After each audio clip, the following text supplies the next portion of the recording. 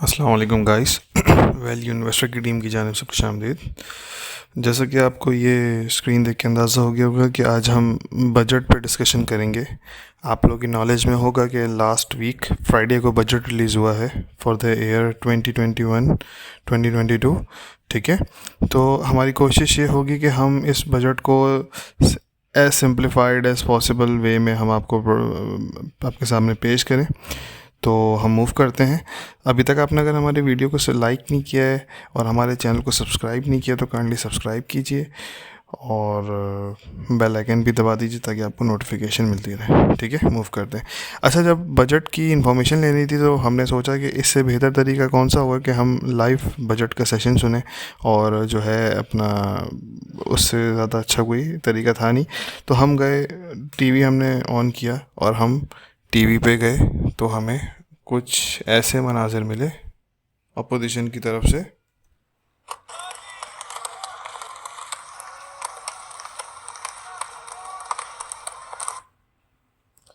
चलो, अपोजिशन का तो काम ही शोर मचाना है।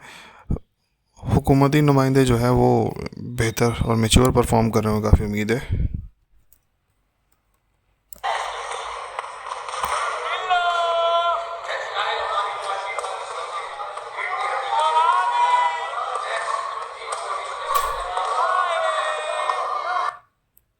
जी हाँ, ये हुकूमती बेंचेस पे चल रहा था। एनीवेज, हम मूव करते हैं शौकत तरीन की तरफ, हमारे फाइनेंस मिनिस्टर, और वो देखते हैं किस मुश्किल में बजट अनाउंस कर रहे हैं। वोट करने के बावजूद सरप्लस हो गया है। ग़िज़ाई अशिया बरामद करने की जरूरत 2019 की वजह से। मुझे बजट तो नहीं, मुझे अपनी क्लास याद आ गई इंग्लिश की, जब टीचर किसी को रीडिंग के लिए खड़ा करता है। एनीवेज, हम टॉपिक से हट रहे हैं, तो हम बजट की तरफ मूव करते हैं। तो व्हाट इज़ बजट? ठीक है, सबसे पहले हम इस फंडामेंटल क्वेश्चंस का आंसर देते हैं कि बजट है क्या। देखिए, जैसे कि आप लोगों के घर में भी होता होगा कि आपके पेरेंट्स मंथ के शुरू में प्लान करते हैं कि यार इस मंथ हमारे इतने खर्चे होंगे, ठीक है, एक्सपेक्टेड, और हमारे जो आमदनी है या जो इनकम है वो इतनी है, सही है। तो उस हिसाब से प्लान आउट करते हैं। तो अगर फ़र्ज़ करें आपका आमदनी ज़्यादा हुई और ख़र्चा कम हुआ तो आपका बजट सरप्लस में होगा, यानी कि आपके पास पैसे बचेंगे अगले मंथ से पहले। और अगर आपकी आमदनी कम हुई, एक्सपेंडिचर या ख़र्चे ज़्यादा हुए, तो वो आपका कहेंगे यार ये डेफिसिट में है। डेफिसिट का मतलब ख़सारे में, आपको उधार लेना पड़ा है अपने अखराजात पूरे करने के लिए, सही है। बिल्कुल इसी तरह किसी भी मुल्क को रन चलाने के लिए एक फाइनेंशियल प्लान चाहिए होता है, और वो फाइनेंशियल प्लान बजट कहते हैं, ठीक है। और ये ईयरली बेसिस पे होता है, लेकिन इसका ईयर जनवरी टू दिसंबर नहीं होता, जून टू मई होता है, सही है। और इसे हम फिस्कल ईयर कहते हैं, ठीक है। तो ये मैंने छोटा सा आपको इंट्रो दिया है। अब बजट के 3 कंपोनेंट्स होते हैं। पहला एक्सपेंसेस या करंट एक्सपेंसेस, दूसरा रेवेन्यूज़ या आमदनी जिसे आप कह सकते हैं, थर्ड इज़ या तो सरप्लस है, या तो फ़ायदे में है, या तो खसारे में है, जिसे डेफिसिट कहते हैं, ठीक है। एक मिसाल मैं आपके सामने रखता हूँ। लेट से आपके अखराजात हैं 100 रुपये, ठीक है। आपकी जो इनकम है वो 50 रुपये है, ठीक है। तो आपको 50 रुपये की शॉर्टेज पड़ रही है ना, वो 50 रुपये पूरे करने के लिए आप किसी से उधार लेंगे। तो वो उधार जो लेंगे ना आप, वो बेसिकली डेफिसिट कहलाएगा, ठीक है। तो ये आपको आपकी नॉर्मल ज़िंदगी से मैंने बजट की मिसाल दी। अब हम आगे मूव करते हैं कि इस दफ़ा बजट की क्या अनाउंसमेंट हुई हैं। अब आपके एक्सपेंडिचर्स या अखराजात 2 तरह के होते हैं। एक करंट एक्सपेंडिचर्स होते हैं और एक डेवलपमेंट के एक्सपेंडिचर होते हैं। एक जो रोज़मर्रा के आपके अखराजात होते हैं वो, और इसके अलावा दूसरे आपके तरक्याती इम्प्रूवमेंट के खर्चे होते हैं, ठीक है। तो जो करंट एक्सपेंडिचर्स हैं उसमें आपके पास डेट सर्विसिंग आती है, जिसे हम कहते हैं उधार जो हमने लिया हुआ है, हमारे पास उधार का जो कर्ज़ों का पहाड़ है उसकी हमें किस्त अदा करनी होती है। उसके बाद आ गया आपका डिफेंस। डिफेंस में आपकी दिफाई जो ज़रूरियात हैं उनको पूरा करने के लिए आप एक बजट का एक हिस्सा एलोकेट करते हैं। तीसरा आपका सिविल या दूसरे दीगर खर्चे होते हैं, जिसमें आपका गवर्नमेंट का जो पहिया चलता है जिसमें आपकी पेंशन, सैलरीज और ये सारी चीज़ें हो गई, ये वो चीज़ें इंक्लूड होती हैं, सही। ये आपके करंट एक्सपेंसेस होते हैं। और डेवलपमेंट के जो एक्सपेंसेस होते हैं उसमें आपके दो टाइप्स होते हैं। एक पीएसडीपी, ये आप हर हुकूमत अपने नज़रिए के हिसाब से, कुछ के लिए इंफ्रास्ट्रक्चर बहुत इंपॉर्टेंट होता है, कुछ के लिए जो है वो तालीम तरजीह होती है, ठीक है, तो वो अपने हिसाब से फिर वो उसको एलोकेट करती बजट को। PSDP stand for public sector development programme. और इसके बाद आपका नेट लेंडिंग, अदर में नेट लेंडिंग आ गई, जिसमें नेट लेंडिंग जिसे कहते हैं बेसिकली गवर्नमेंट मुख्तलिफ प्रोजेक्ट्स में पैसे इन्वेस्ट नहीं करती, लैंड करती है ताकि डेवलपमेंट तरक्की हो, मुल्क की इकॉनमी बढ़े, सही है। ये दो तरीके, ये टोटल एक्सपेंडिचर्स होते हैं। और अब बात कर लेते हैं रेवेन्यूज़ की। रेवेन्यूज़ जो है हमारे तीन तरीके के होते हैं गवर्नमेंट के। पहला, उसमें गवर्नमेंट ऑर्गेनाइजेशंस हैं जिसमें पीटीए हो गई, स्टेट बैंक हो गया, और तीसरा आपका जो है वो नादरा हो गया, उनकी फीसेस वगैरह जो, लेकिन ये बहुत छोटा हिस्सा है, ठीक है। जो मेजर चंक आता है ना वो आपका एफबीआर के थ्रू आता है, टैक्सेशन के थ्रू, ठीक है, जिसमें डायरेक्ट और इनडायरेक्ट टैक्सेस हैं। डायरेक्ट टैक्सेस हर इनकम के ऊपर बिहाफ पर लगता है। गरीब आदमी होगा तो कम लगेगा, अमीर आदमी होगा तो ज़्यादा लगेगा, ठीक है, इस तरह के टैक्सेस हो गए। और इनडायरेक्ट टैक्सेस अमीर और गरीब का फ़र्क नहीं रखते हैं, गरीब को भी सिमिलर लगते हैं और अमीर को भी सिमिलर लगते हैं। जैसे कि मोबाइल आपने लिया तो वो गरीब को भी उतने का पड़ेगा और अमीर को भी उतने का ही पड़ेगा, ठीक है। तो ये रेवेन्यूज़ हो गए। अब इस साल की बजट की एस्टिमेशन की बात कर लेते हैं।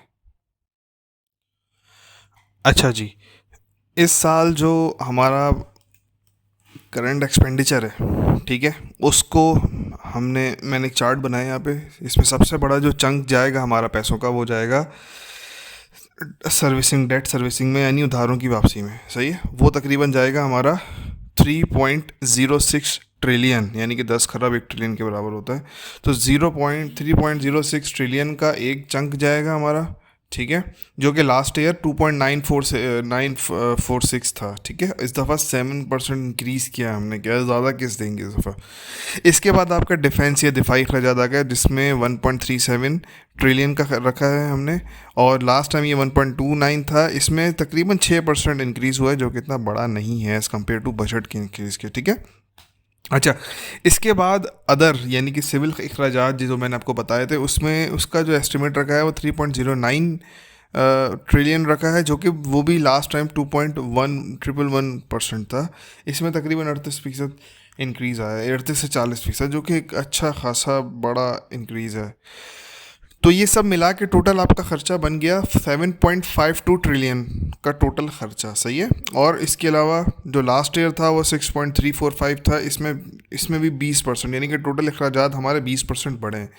अब पीएसडीपी की बात कर दी जाए, जो कि डेवलपमेंट एक्सपेंडिचर है, करंट एक्सपेंडिचर नहीं है, वो तकरीबन 0.9 ट्रिलियन या 900 बिलियन रखा गया है। उसमें भी तकरीबन 38% का इजाफा हुआ, जो कि 650 बिलियन था लास्ट ईयर, ठीक है।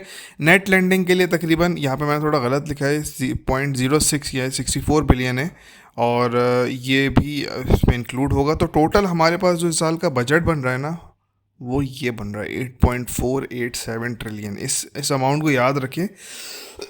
सॉरी, एंड में हमें जो है इसको माइनस आउट करना होगा। ये टोटल आपका बजट इस साल का है, ठीक है।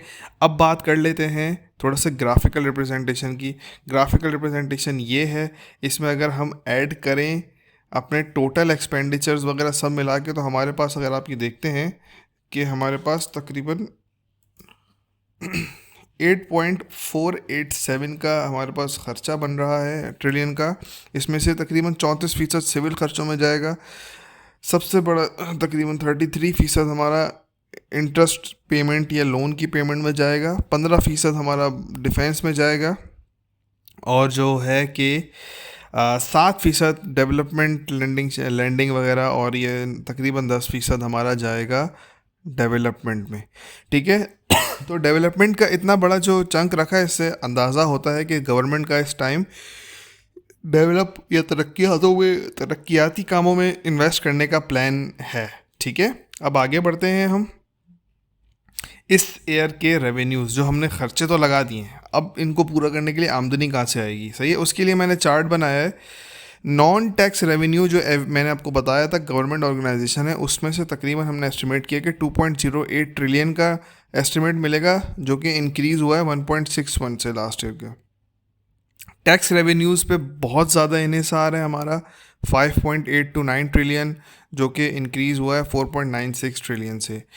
तो ये दोनों मिला के ग्रॉस हमारे पास जो अमाउंट बच रही है वो 7.909 बन रही है। ये हमारे पास टोटल अमाउंट साल के एंड में होनी चाहिए, लेकिन इसमें से आप माइनस कर दें एनएफसी अवार्ड ऐसे हैं जैसे एक घर में वालिद साहब होते हैं, आपका जो फेडरल है वो वालिद साहब की तरह है, वो प्रोविंसेस आपके बच्चे हैं, ठीक है। प्रोविंसेस को वो कुछ पॉकेट मनी देता है, हालांकि आपके जो प्रोविंसेस हैं वो 18वीं तरमीम के बाद ऑटोनॉमस हैं या ख़ुद मुख्तार हैं, स्टिल वो कुछ पैसे फेडरल उनको देता है। तो उस एनएफसी की मद में इतना अमाउंट 3.41 चले जाएगा, और जो प्रोविंसेस हैं वो 0.5570 बिलियंस का टैक्स इकट्ठा करके फेडरल्स को देंगे, ठीक है। तो ये सब ऐड और सब्ट्रैक्ट को मैं आसान अल्फाज में आपके सामने रखता हूँ। ये हमारे पास टोटल अमाउंट बन रही है, इन दोनों को ऐड करें, इन तीनों को ऐड करें और ये सब्ट्रैक्ट करें, तो आपके पास ये टोटल आपके पास रेवेन्यू जो जमा हो रहा है वो ये जमा हो रहा है, सही है। अब इसको ज़रा आप अपने बजट से या एक्सपेंसेस से माइनस करें तो आपके पास 3.42 ट्रिलियन का खसारा आ रहा है या डेफिसिट आ रहा है, ठीक है। तो ये आप देखें कि आपके जो बजट है उसमें ऑलरेडी एक खसारा आ रहा है, और उसको फिर आपको ऑब्वियस सी बात है पूरा करने के लिए मज़ीद उधार लेना पड़ेगा। तो ये एक विशियस सर्कल है जिसके अंदर हम फंसे हुए हैं, ठीक है।